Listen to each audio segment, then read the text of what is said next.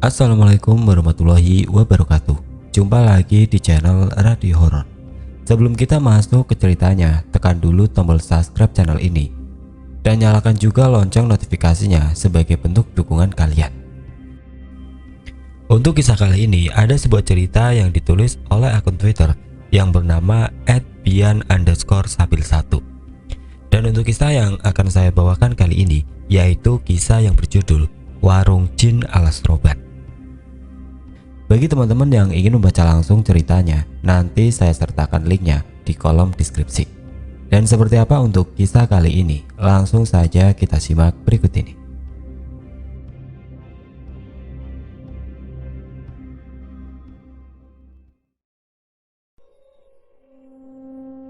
Sebelum aku pulang ke Tangerang Selatan untuk kuliah di sana, aku mau cerita sedikit tentang kisah Warung Jin di Alas Roban, Batang, Jawa Tengah.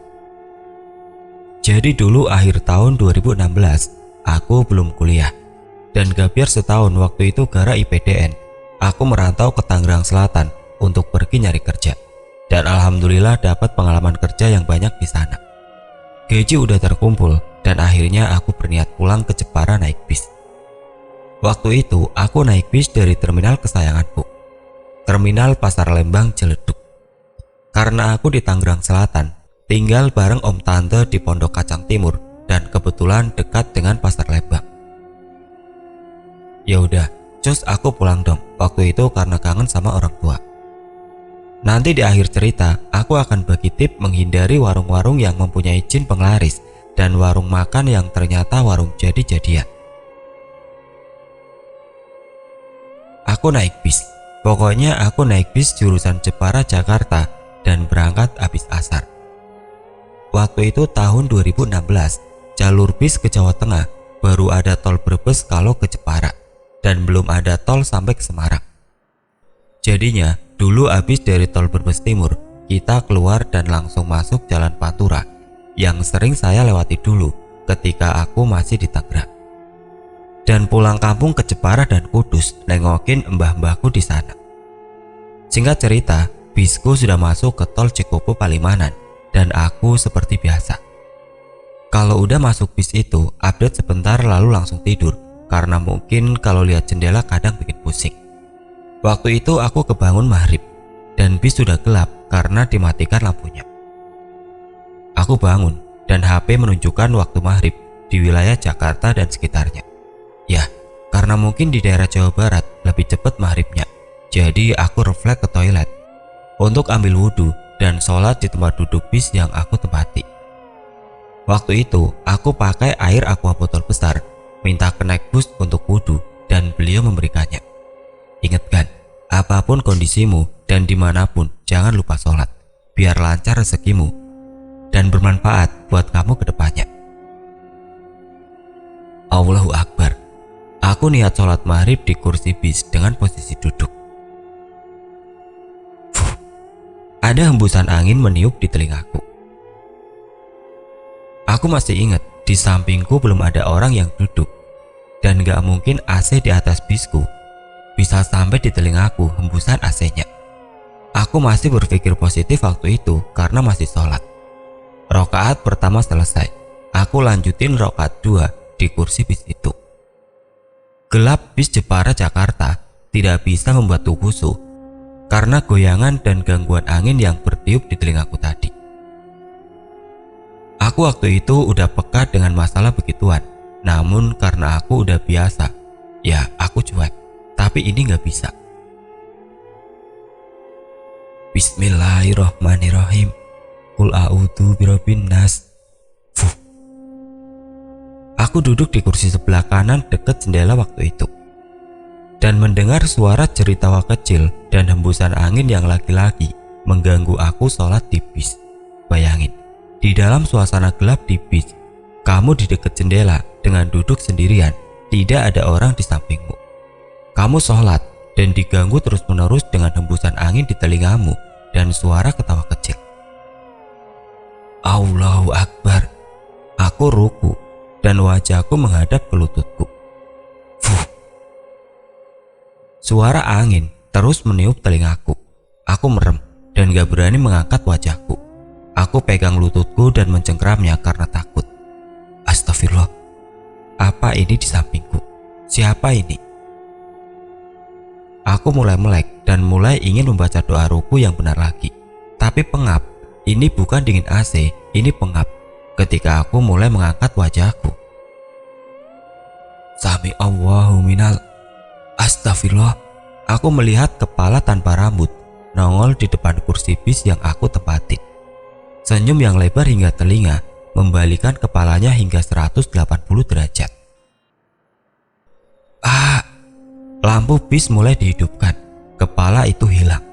Aku disamperin ke naik bis dan orang yang ada di sekitarku yang ada di bis melihat apa yang sebenarnya terjadi denganku.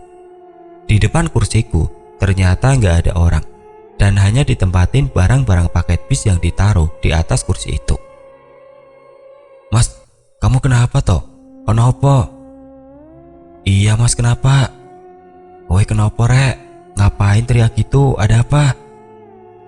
Aku diserang banyak pertanyaan dari kenek dan bapak-bapak karena kejadian itu. Nggak ada apa-apa pak. Tadi ada video hantu yang lewat di HP, makanya aku kaget. Oh ya pak, kalau boleh aku duduk deket supir. Aku duduk situ aja ya pak. Nggak nyaman aku di sini, agak pengap. Padahal mah aku takut karena kejadian itu. Ya wes, duduk depan ya, jangan ngagetin lagi, kasihan supirnya nanti. Enggak pak, maaf nggih pak semuanya. Akhirnya bapak-bapak bubar dan balik ke tempat duduk masing-masing. Aku duduk di samping pak supir dan kenek di depan. Dan aku masih kepikiran apa yang terjadi barusan. Mungkin halusinasiku saja palingan dan otak yang gak beres. Akhirnya aku ketiduran sampai di rumah makan sehabis keluar dari tol Brebes dan makan di rumah makan di daerah Brebes. Di tempat rumah makan Brebes, aku nggak mengalami kejadian mistis. Mungkin karena aku lapar dan makan sangat lahap. Dan jam menunjukkan pukul 11 malam. Ya sudah, kita skip sampai kita masuk ke cerita inti. Akhirnya masuk ke perbatasan Batang. Bis masuk Alas Roban. Aku dulu bingung. Waktu itu ada dua jalur yang dipilih bis, antara jalur utara ataupun selatan. Tapi yang jelas bis itu masuk jalur yang dilewati truk dan kontainer yang sangat besar. Sayang sekali bis yang aku tumpangi itu tidak cukup sehat. Jalan mulai menanjak, supir bis mulai memainkan koplingnya agar bis sesuai dengan jalur yang nyaman. Namun takdir berkata lain. Ketika bis ingin menyalip di tanjakan Alas Roban itu, bis mulai tidak bisa terkontrol. Kopling yang dimasukkan tidak masuk dan sopir mulai memainkan rem yang tidak cukup membantu. Bis mulai goyang karena rem yang dimainkan si supir. Penumpang mulai terbangun. Aku mulai memperhatikan sekitar bis ini. Sepi sekali tumben. Aku melihat sisi sebelah kiri dan kanan bis yang hanya ada pohon menjulang tinggi dan bekas warung-warung yang sudah tidak berpenghuni. Penumpang mulai panik. Lampu dinyalakan. Bapak-bapak hampir memecahkan kaca darurat untuk keluar dari bis. Di belakang waktu itu kebetulan sepi. Dan hanya bis-bis yang lalu lalang dan menolong bis kita yang di pinggir jalan. Semua panik. Aku masih memperhatikan di sekeliling bis ini. Benar. Ada sesuatu yang janggal. Di sebelah kiri bis, di tengah-tengah belukar pohon Alas Roban, ada sesuatu yang sedang bermain di sana. 5 anak kecil dengan anggota tubuh yang gak utuh mulai melihat kita dengan seksama. Matanya ada yang bolong dan keluar banyak nanah di mata itu. Ada yang perutnya tidak utuh. Ada anak yang tangannya tinggal setengah dan yang lain. Dia senyum melihatku. Dia mulai tepuk tangan karena bis kita yang mulai mogok. Aku merinding dan takut. Tiba-tiba 5 anak kecil itu mulai berlari menghampiri bis kita dengan senyum pucatnya. Dia sepertinya senang dan ingin bermain dengan kita di bis. Ayat kursi ku baca. Allah, Pak Supir, baca doa istighfar. Aku mulai ke belakang. Bapak semua, istighfar ge, mohon ampun. Astagfirullah. Dan ternyata lambat laun Pak Sopir sudah mulai bisa memainkan koplingnya dengan baik. Anak kecil itu masih berlari. mengarah ke bis kita. Dan akhirnya bis kita mulai bisa menanjak dan mulai berjalan dengan lancar. Aneh sekali, itu jalur yang biasanya ramai, tapi di sana sangat sepi dan penerangannya masih minim. Setelah tanjakan, bis mulai turun tanjakan. Naas, bis kita akhirnya mati secara tiba-tiba dan harus menepi untuk dibenerin sama si sopir dan kenek tersebut. Mungkin gara-gara mainin kopling tadi. Setauku ada yang rusak dan akhirnya kita turun semua untuk menunggu bis itu benar dan sampai di Jepara dengan selamat sampai tujuan. Kita semua turun waktu itu. Ada bapak yang katanya asam kelamaan di bis, gak bisa rokok dan akhirnya ngerokok. Ada yang ambil selimut dan digelar buat tidur di tengah alas roban ini. Katanya, asalkan rame, bapak itu berani. Aku waktu itu cari makan. Aku tidak sendiri. Dulu waktu itu aku nyari makan bareng Pak Wawan. Nama samaran. Nah, ini nih yang bikin aku memilih-milih tempat makan yang jelas di tengah malam. Pak Wawan, aku lapar Pak. Mau nyari makan kemana ya enaknya? Ah, malam gini aku lapar ya Pak. Dek, biasa di jalur lama ada warung-warung, tapi kok nggak ada ya? Oh, ini jalur lama tak Pak? Iya nak, coba kita jalan ke arah sana. Akhirnya kita nemu warung yang cukup menjorok masuk ke alas roban.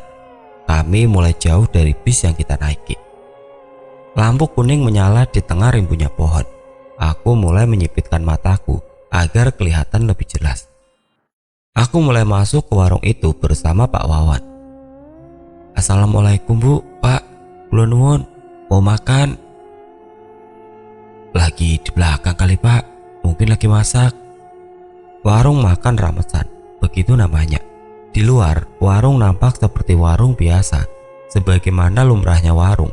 Tapi ketika begitu masuk, ada sesuatu yang janggal. Makanan tidak ada yang disuguhkan. Kerupuk maupun gorengan pun tidak nampak di meja makan warung. Akhirnya kita cek agak ke belakang, siapa tahu ibu atau bapaknya lagi masak. Kita masuk ke dalam warung. Suara jangkrik mulai terdengar. Lampu kuning redup menyala di tengah kegelapan. Kita berdua masuk lebih dalam ke tempat dapur warung itu. Tapi tiba-tiba Pak Wawan jatuh. Bruk. Dek, Pak, kenapa? Jatuh nendang apa? Ada yang dorong dek di belakang, tapi nggak ada siapa-siapa. Enggak Pak. Ayo Pak, panggil ibu atau bapaknya di dapur. Lapar ini Pak. Kita mulai masuk ke dalam. Tirai kusingkap agar memudahkan jalan ke dapur. Pak Wawan mengikutiku dari belakang. Pas masuk ke dalam, ada suara piring yang sedang dicuci oleh seseorang. Nah Pak, ada yang cuci piring tuh. Ayo mesen, sedikit juga nggak apa-apa. Yang penting keisi ini perut. Di dapur ternyata ada sosok ibu yang sedang mencuci piring dan menghadap ke bawah terus-menerus. Bu, mesen makan Bu, makannya habis ya Bu. Ibu itu mulai mengangkat kepalanya dan berhenti mencuci piring. Pak, mending gak usah makan di sini deh, auranya gak enak.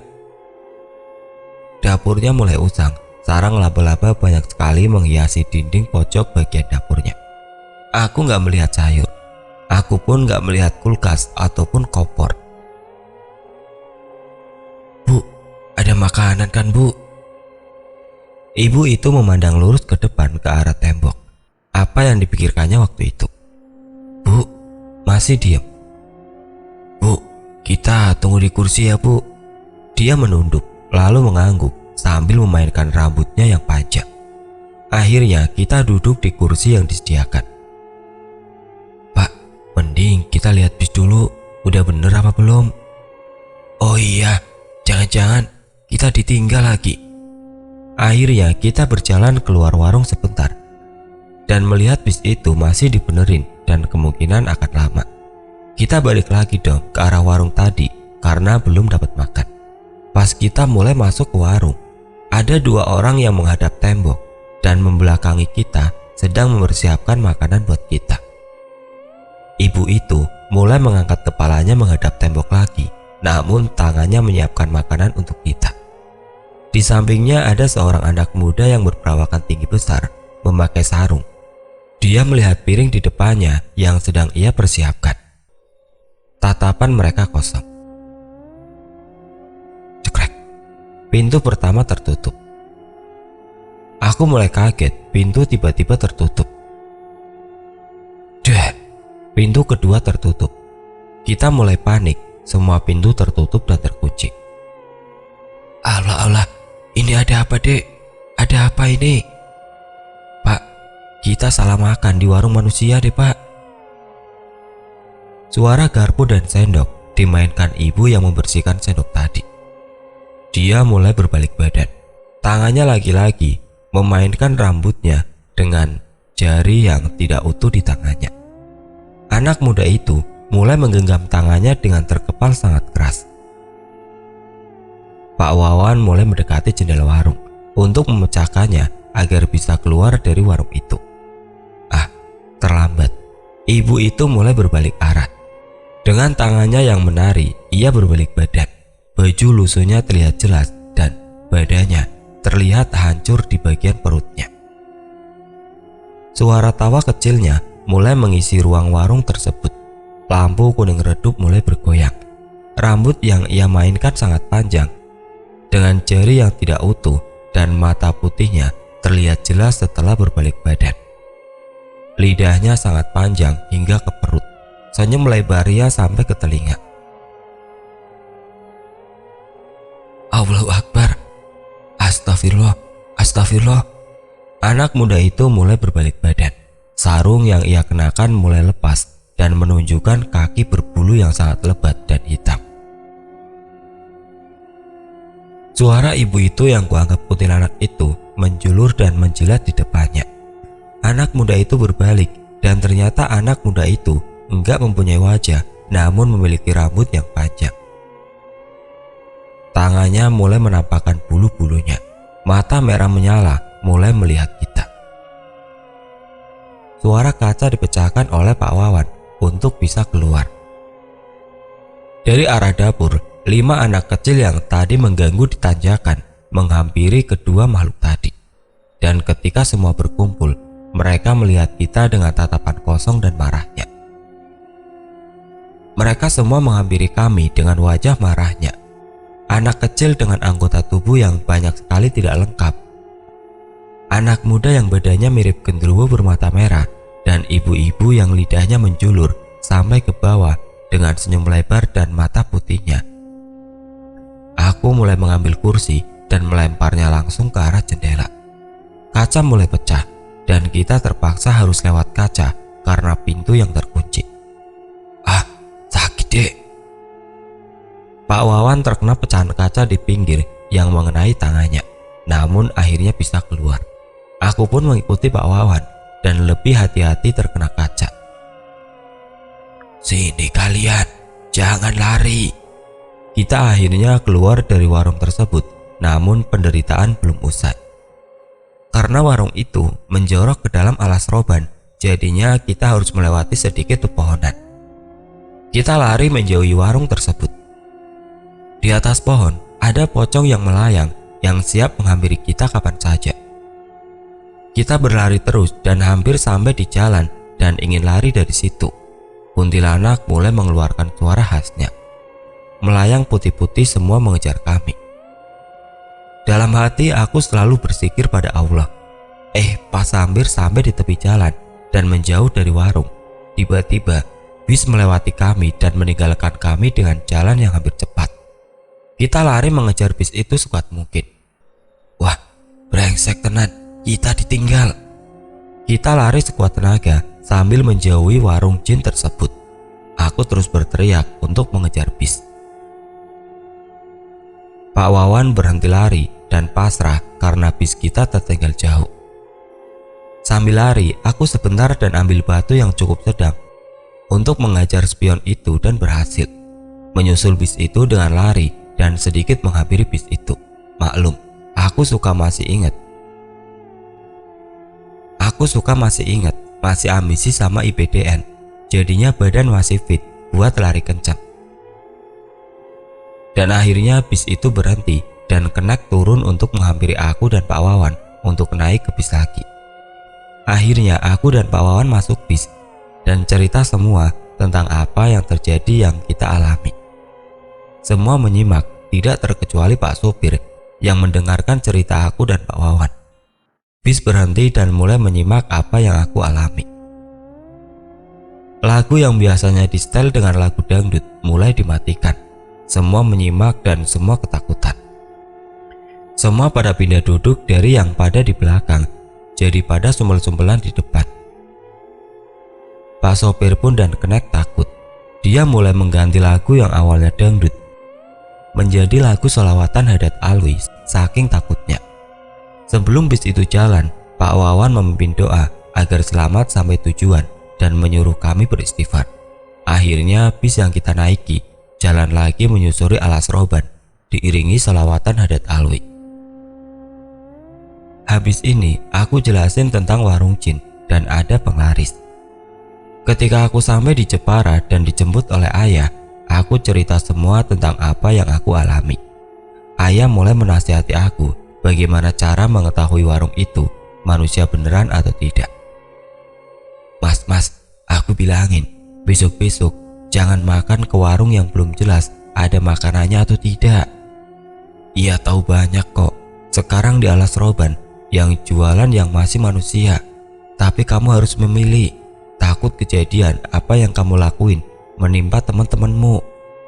Pertama mas, ketika kamu masuk warung itu, kalau kamu pengen tahu warung yang wujudnya manusia atau bukan dan di waktu malam-malam, coba tengok pemiliknya mas.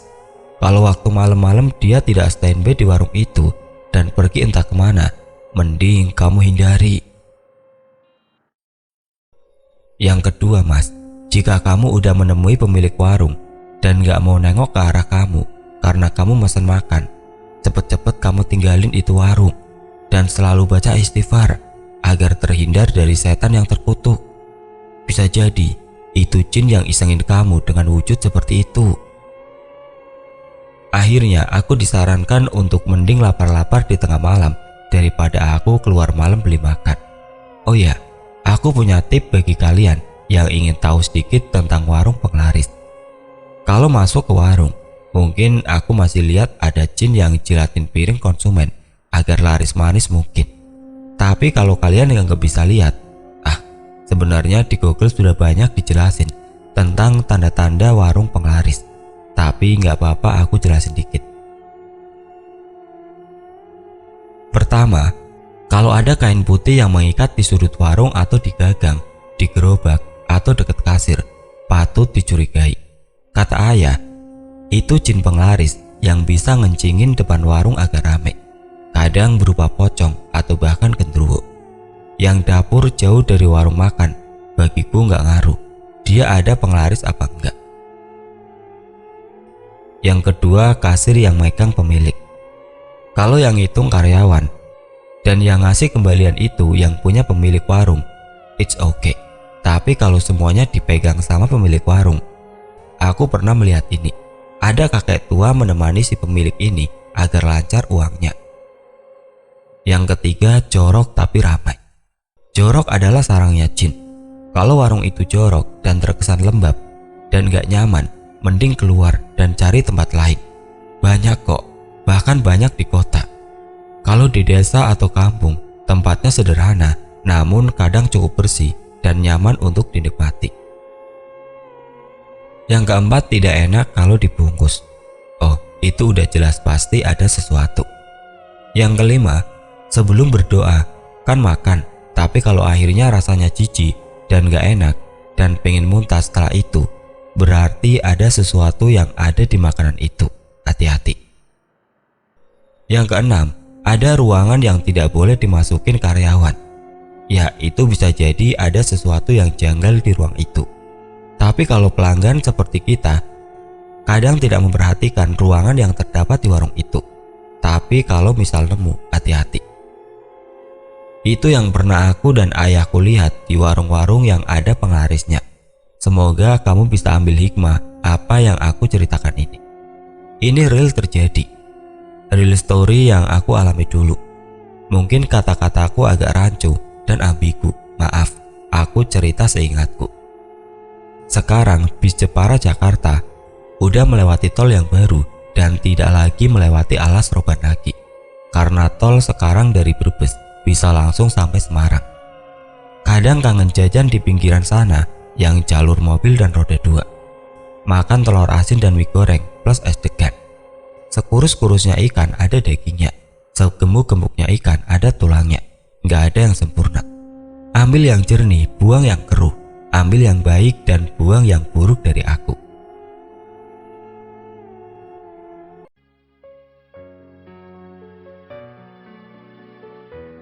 Dan sekian untuk cerita kali ini. Semoga apa yang sudah saya sampaikan dalam cerita ini dapat menjadikan pelajaran untuk kita semua. Dan bagi teman-teman yang baru bergabung, jangan lupa untuk like, komen, share, serta subscribe channel ini. Dan nantikan kisah-kisah horor berikutnya tetap di channel Radio Horor.